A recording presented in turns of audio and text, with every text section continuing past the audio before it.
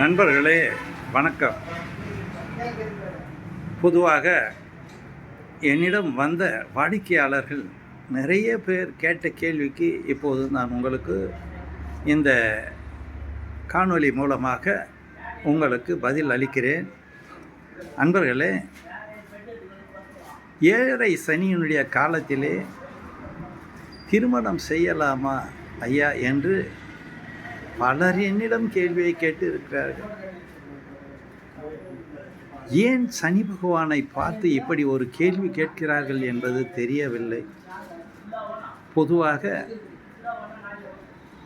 இந்த ஏழரை சனி காலத்திலே திருமணம் நடந்த எத்தனையோ குடும்பங்கள் இன்று வளமான நிலையிலே பலவித செல்வங்களுடன் வாழ்ந்து வருவதை நடைமுறையில் பார்த்து வருகிறோம்.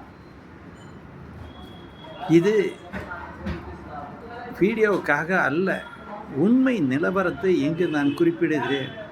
அன்பர்களே, இந்த ஏழரை சனியுடைய காலத்திலே நடந்த திருமணங்கள் 175-80% பேர் நல்ல நிலையிலே இருக்கின்றார்கள்.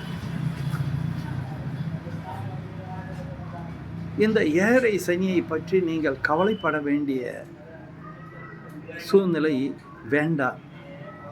பொதுவாக சனி பகவான் ஆயுள் காரகன்.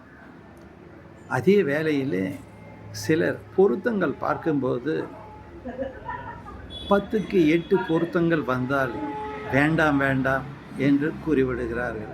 இது முற்றிலும் தவறான கருத்தாகும்.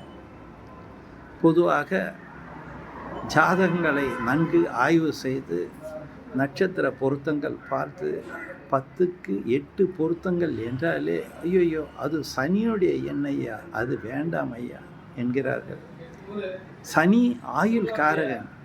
அவருடைய பலம் இருந்தால் மட்டும் நாம் வாழ்க்கையிலே நன்றாக உயிருடன் வாழ முடியும். அவருடைய தயவு தேவை. அதை போலவே திருமண வாழ்க்கையில் நீண்ட பந்த வாழ்க்கையை அனுபவிக்க அந்த 8ஆம் எண் என்பது நிச்சயமாக உதவும்.